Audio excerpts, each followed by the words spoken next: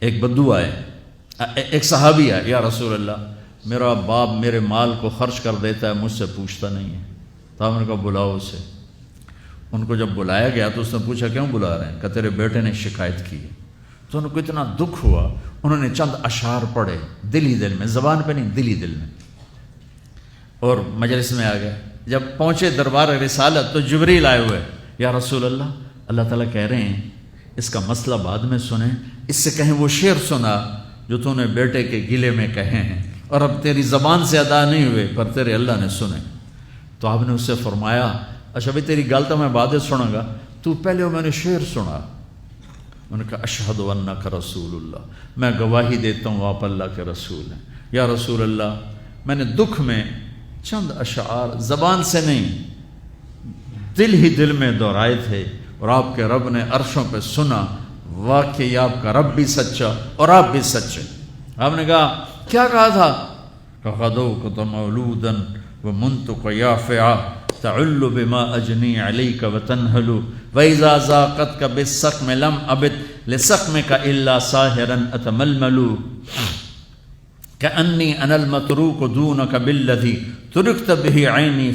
وعینی تحمل تخاف الردى نفسی علیک وانها لتعلم ان الموت وقت مؤجل فلما بلغت السن والغایة التي الیها مدى ما فیک اؤمل جعلت جزائی غلظة وفظاظة كأنك انت المنعم المتفضل فإن لم تر حق ابوبتی فعلت كما الجار المجاور يفعل۔ میرے نبی کے ٹپ ٹپ آنسو۔ کہا میرے بیٹے جس دن تو پیدا ہوا ہم نے اس دن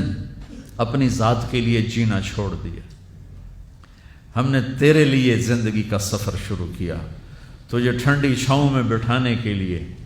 گرم ہواؤں سے لڑا، تمہیں ٹھنڈی ہواؤں سے بچانے کے لیے برفانی راتوں میں کام کیا، تیری ایک مسکراہٹ دیکھنے کے لیے ساری ساری رات تڑپا، ساری ساری رات اپنے آپ کو کوہلو کے بیل کی طرح اپنی ساری جوانی کا رس نچوڑ کے تیری ہڈیوں میں ڈال دیا۔ میں بوڑھا ہوتا گیا، تو پروان چڑھتا گیا، میری کمر جھک گئی، تیری کمر اٹھ گئی، میری ٹانگوں سے جان نکل گئی، تیری ٹانگیں مضبوط ہو گئیں، میرے ہاتھ کانپنے لگے، تیرے ہاتھ مضبوط ہوئے، میں لڑکھڑانے لگا، تو اترانے لگا، تو مجھے خیال آیا کہ جیسے میں اس کے لیے دھکے کھاتا تھا، اس کی زندگی کی دعائیں مانگتا تھا، اس کے لیے تڑپتا تھا، چلو آج میرا یہ سہارا بنے گا۔ لیکن جب تجھ میں جوانی کی لہر دوڑی اور مجھے بڑھاپے نے کھا لیا، جب جوانی میں تجھ میں رنگ بھرا اور بڑھاپے نے میرے رنگ چھین لیے، جب جوانی تجھے سیدھا کیا بڑھاپے نے مجھے ٹیڑھا کر دیا، کمر جھکا دی، تو ایک دم تو مجھے ایسے گھور کے دیکھنے لگا،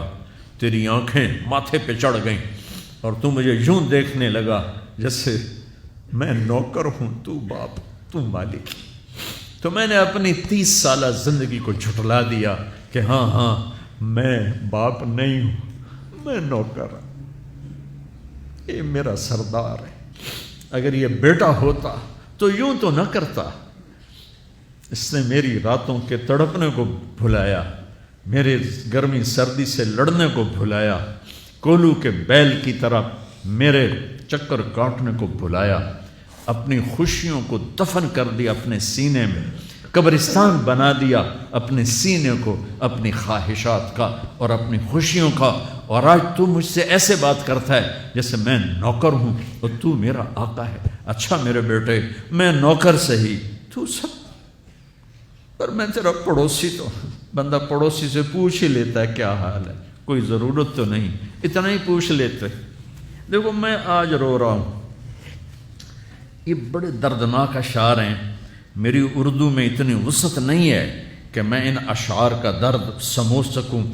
اردو کے الفاظ میں، لیکن اتنا بتاتا ہوں کہ میرے نبی روتے روتے ہچکی لگی، اتنا روئے، اور آپ نے اس بچے کے گریبان کو یہاں سے پکڑ کر دفع ہو جا، میری نظروں سے دور ہو جا، انت و مالک لابیک، تیرا سب کچھ تیرے باپ کا ہے، یہی باپ آج تمہارے ہاتھوں ذلیل ہو رہے ہیں۔